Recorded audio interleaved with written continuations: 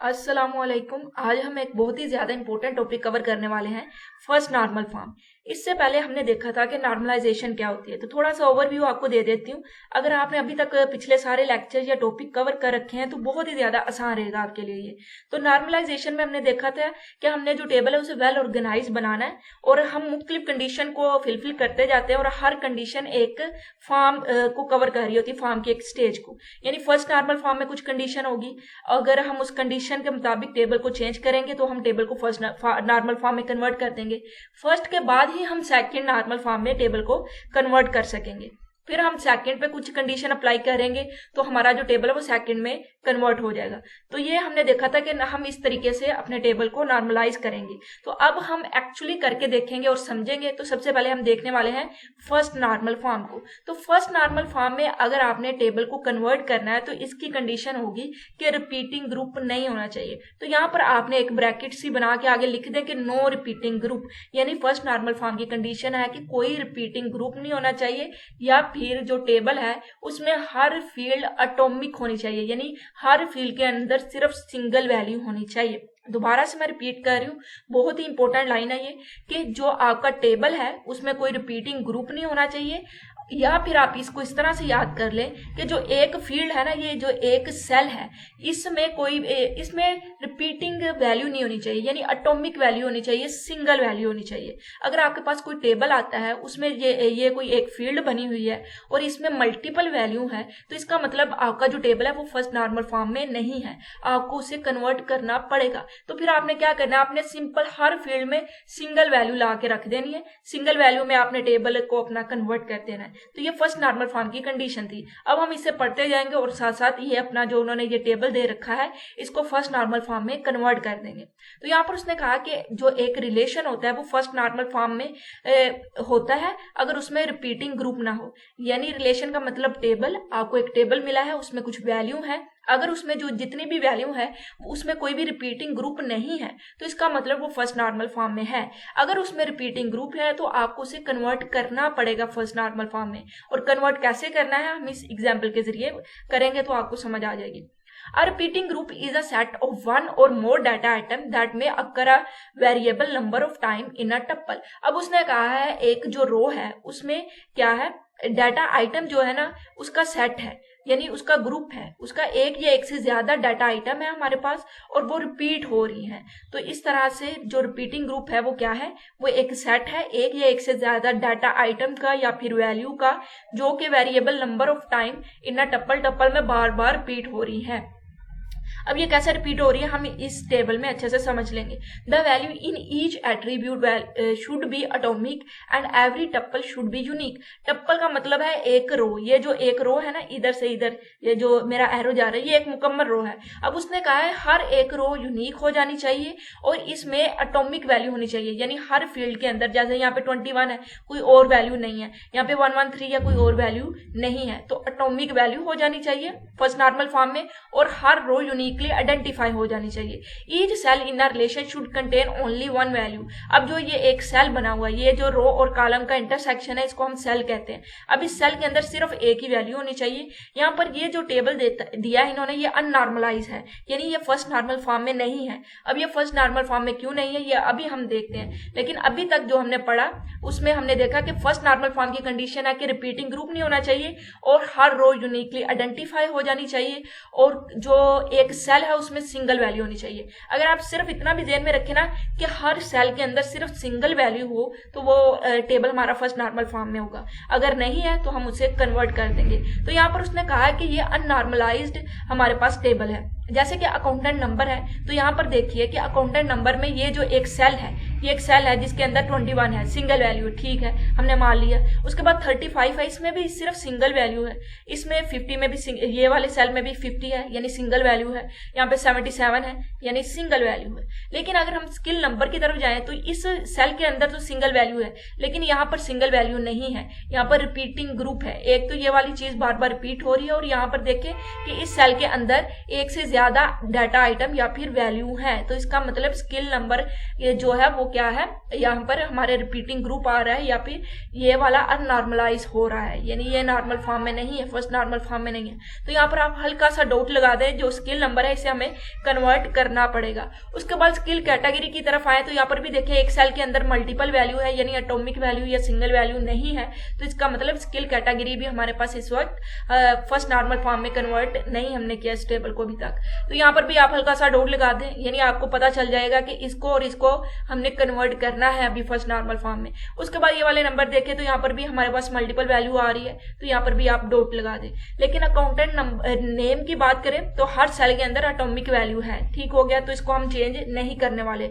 Accountant as की बात करें तो यहाँ पर भी सिंगल वैल्यू है। इसी तरह ग्रुप नंबर, ग्रुप सिटी और ग्रुप सुपरवाइजर में भी सिंगल वैल्यू है हर सेल के अंदर। सेल किसे बोल रही हूं मैं, ये वाला जो डब्बा बना हुआ है ना, इसको मैं सेल बोल रही हूँ, ठीक है। और इस सेल के अंदर अगर सिंगल वैल्यू है तो ठीक है, लेकिन अगर सिंगल वैल्यू नहीं है, मल्टीपल वैल्यू है, तो उस पर आपने डॉट लगा दिया, यानी इसको हमने अभी कन्वर्ट करना है। अगर सिर्फ एक भी आपके पास ऐसा कॉलम है ना जिसमें इस तरह से वैल्यू है, मल्टीपल वैल्यू है एक सेल के अंदर, तो इसका मतलब वो टेबल फर्स्ट नॉर्मल फॉर्म में नहीं है, हमें उसे कन्वर्ट करना पड़ेगा। तो यहाँ पर उन्होंने बताया कि जो अबव है वो अननॉर्मलाइज है, क्योंकि यहाँ पर रिपीटिंग ग्रुप है या रिपीटिंग वैल्यू है। तो उसने 3 हमें एट्रीब्यूट बताया, स्किल नंबर, स्किल कैटेगरी और प्रेफरेंसी नंबर, कि ये तीनों के तीनों जो हमारे पास कॉलम है ना, इसके अंदर बार बार वैल्यू रिपीट हो रही है। अब उसके बाद in order to convert this relation in first normal form, अब जो हमारे पास टेबल है या ये रिलेशन है, इसको हमने फर्स्ट नॉर्मल फॉर्म में कन्वर्ट करना है। तो हमें क्या करना पड़ेगा, रिपीटिंग ग्रुप को रिमूव करना पड़ेगा। तो यहाँ पर सबसे पहले उसने एक प्राइमरी की ढूंढी, उसने प्राइमरी की ढूंढी, यानी ऐसी की जिसके बदौलत हर रो को यूनिकली आइडेंटिफाई किया जाए। यानी अगर मैं 21 और 113 देखूं, अगर इसको पकड़ूं तो ये यूनिक है, ये कहीं और दोबारा इस दोनों कॉलम में रिपीट नहीं होगा इकट्ठा। तो इसके मुताबिक हर रो को हम यूनिकली आइडेंटिफाई कर पाएंगे। तो यहाँ पर हमने एक डेफिनेशन दोबारा से रिपीट की अपनी प्राइमरी की, कि प्राइमरी की हर रो को यूनिकली आइडेंटिफाई करेगी। लेकिन यहाँ पर प्राइमरी की हमने 2 एट्रीब्यूट को मिलाकर बनाई है। ऐसा क्यों? क्योंकि यहाँ पर देखें कि जो अकाउंटेंट नंबर है वो भी बार बार रिपीट होगा और स्किल नंबर भी रिपीट हो रहा है। तो इसका मतलब जो प्राइमरी की है उसमें तो हम यूनिकली आइडेंटिफाई करते हैं हर रो में, तो वैल्यू बार बार रिपीट नहीं हो सकती। तो हमने जैसे ही इन दोनों को मिलाया तो इसके बाद ही हम इनको यूनिकली आइडेंटिफाई कर पाएंगे हर रो को, क्योंकि हमारे पास स्किल कैटेगरी सिर्फ स्किल नंबर पर डिपेंड कर रही है, अकाउंटेंट नंबर पर डिपेंड नहीं कर रही। इसी तरह हमारे जो एट्रीब्यूट है कुछ स्किल नंबर पर डिपेंड कर रहे हैं, कुछ अकाउंटेंट नंबर पर डिपेंड कर रहे हैं। लेकिन अगर हम इन दोनों को मिलकर प्राइमरी की बनाए तो हम यूनिकली हर रो को आइडेंटिफाई कर पाएंगे, इसलिए हमने 2 एट्रीब्यूट को मिलाकर प्राइमरी की बना दी। तो हमने प्राइमरी की तो बना दी, अब हम रिपीटिंग ग्रुप को रिमूव करेंगे। प्राइमरी की के लिए आपने अकाउंटेंट नंबर, स्किल नंबर लिया, अब हर सेल में सिंगल वैल्यू कर दें, जहां पर डबल थी उसको भी सिंगल कर दें। मेन मैं यही कहूंगी कि यहाँ पर भी आप इस तरह से एक हल्की सी लाइन लगा दें, यहाँ पे भी लगा दें, यहाँ पे भी लगा दें, यानी हर एक को एक सेल में कन्वर्ट कर दें, हर एक की रो बना दें। और उसके बाद जैसे कि यहाँ पर 113 35 के साथ था, तो 35 को बार बार लिख दे, लेकिन हर एक का सेल अलग होना चाहिए, एक सेल में मल्टीपल वैल्यू नहीं होगी। तो हमने यहाँ पर क्या किया, हर एक का सेल अलग बना दिया, यानी जो मल्टीपल वैल्यू थी उनको भी अलग अलग सेल में बना दिया, और उनके रिलेटेड जो दूसरी चीजें थी जैसे कि अकाउंटेंट नंबर या ग्रुप नंबर, ग्रुप सिटी, उनको भी हमने बार बार अलग लिख दिया। लेकिन हमने इसको फर्स्ट नॉर्मल फॉर्म में कन्वर्ट कर दिया। कैसे किया? हमने किया ऐसे कि हर सेल के अंदर अब सिंगल वैल्यू है, कहीं पे भी मल्टीपल वैल्यू हमें नजर नहीं आ रही, और हम हर रो को यूनिकली आइडेंटिफाई कर सकते हैं। जैसे कि मेरे पास ये 35 और 204 हमारे पास एक प्राइमरी की है, तो इसके जरिए सिर्फ यही रिकॉर्ड हमें मिलेगा जैसे ही हम इस प्राइमरी की को एंटर करेंगे। तो इसका मतलब हमने हर रो को यूनिकली आइडेंटिफाई कर लिया है और हमारे पास कोई भी यहाँ पर रिपीटिंग ग्रुप नहीं रहा। तो इसका मतलब अब ये टेबल फर्स्ट नॉर्मल फॉर्म में आ चुका है। अब यहाँ पर प्रॉब्लम्स को हम देखेंगे फर्स्ट नॉर्मल फॉर्म को, लेकिन उससे पहले एक मरतबा फिर से हम इसे एक मरतबा रिवाइज कर लेते हैं ताकि कोई भी हमारा जो पॉइंट है वो मिस ना रहे और अच्छे से हम इसे रिवाइज कर लें। तो फिलहाल हम इसे ब्रेन स्ट्रॉम करने वाले हैं अपना, ताकि अच्छे से हमें पता चल जाए कि फर्स्ट नॉर्मल क्या है, फर्स्ट नॉर्मल फॉर्म। हमारे पास टेबल होता है और टेबल को नॉर्मलाइज करना होता है हमने, यानी उसको वेल ऑर्गेनाइज करना होता है। अब हम वेल ऑर्गेनाइज करने के लिए टेबल में कुछ कंडीशन पास कर रहे होते हैं, यानी कुछ स्टेजेस होती हैं, और उन स्टेजेस को हम नॉर्मल फॉर्म का नाम दे रहे होते हैं। सबसे पहले हमारे पास होती है स्टेज फर्स्ट नॉर्मल फॉर्म, फिर हमारे पास सेकंड नॉर्मल फॉर्म, और थर्ड, ऐसे ही आगे जा रही होती है। अब हर नॉर्मल फॉर्म में कुछ कंडीशन होती है, जैसे कि फर्स्ट नॉर्मल फॉर्म है तो इसकी वो एक कंडीशन होगी, और उस कंडीशन के मुताबिक हमारे पास जो टेबल दिया होगा हम उस कंडीशन के मुताबिक टेबल को चेक करेंगे। अगर तो टेबल उस कंडीशन पर फुलफिल हो रहा है तो इसका मतलब टेबल फर्स्ट नॉर्मल फॉर्म में है।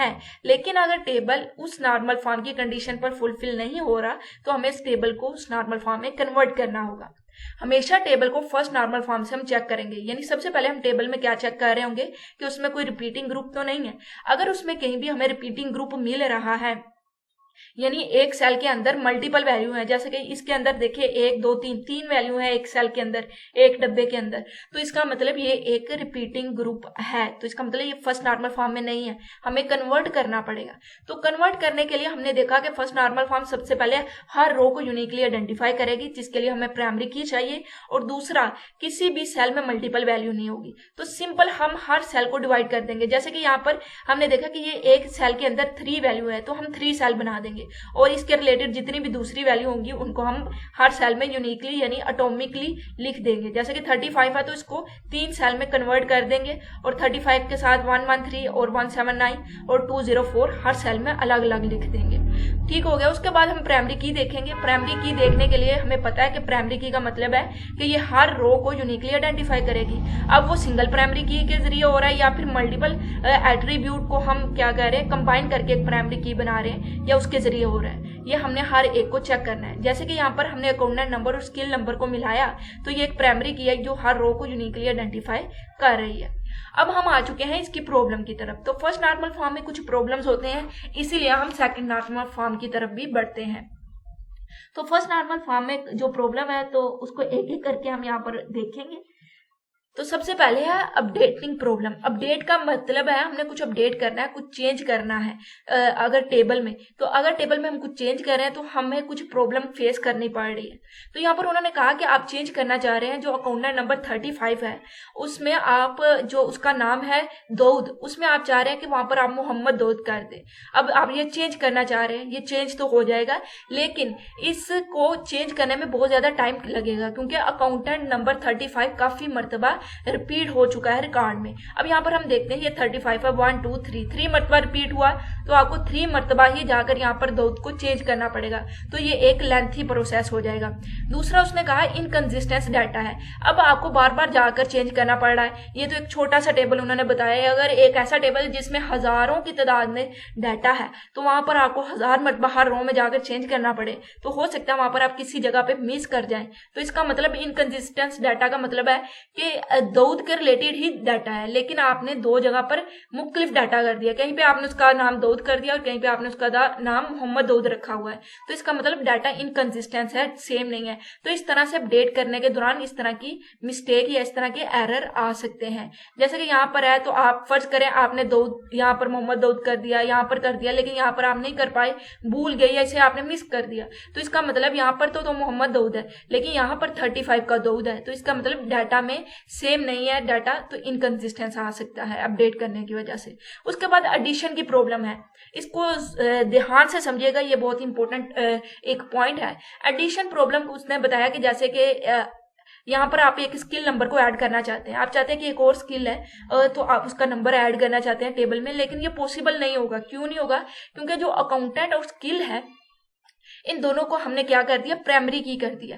अब हमने प्राइमरी की कर दिया तो जब तक हम स्किल नंबर को ऐड नहीं कर सकते जब तक अकाउंटेंट नहीं होगा उस स्किल के साथ। ऐसा क्यों है? क्योंकि हमें पता है कि जो प्राइमरी की है उसका एक हमने रूल पढ़ा था कि वो नल वैल्यू नहीं हो सकती। अब मैं चाह रही हूँ कि मैं स्किल नंबर को ऐड कर दूं, लेकिन अकाउंटेंट नंबर है ही नहीं उस स्किल नंबर के साथ, ठीक है, तो इसका मतलब अकाउंटेंट नंबर तो नल हो जाएगा और प्राइमरी की नल नहीं हो सकती। इसलिए हम स्किल नंबर को ऐड नहीं कर सकते जब तक अकाउंटेंट नंबर को नहीं ऐड कर पाएंगे। इसी तरह कॉन्टैक्ट नंबर को ऐड करने के लिए हमें स्किल नंबर का होना जरूरी है। अब उसने कहा डिलीशन की प्रॉब्लम ये है कि अगर आप गफूर सुपरवाइजर जो गफूर है उसके रिकॉर्ड को डिलीट करना चाहते हैं तो उसके रिलेटेड जितना भी रिकॉर्ड होगा, जहां जहां पे भी गफूर अपेयर है, वो सारी इंफॉर्मेशन लॉस्ट हो जाएगी। तो इसका मतलब ये इंफॉर्मेशन एक दूसरे पर डिपेंड कर रही है। अगर हम सुपरवाइजर गफूर के रिकॉर्ड को डिलीट करना चाहते हैं तो क्या करेगा, ये सारे के सारे उस रिकॉर्ड को डिलीट कर देगा जहां पे भी ये अपेयर होगा।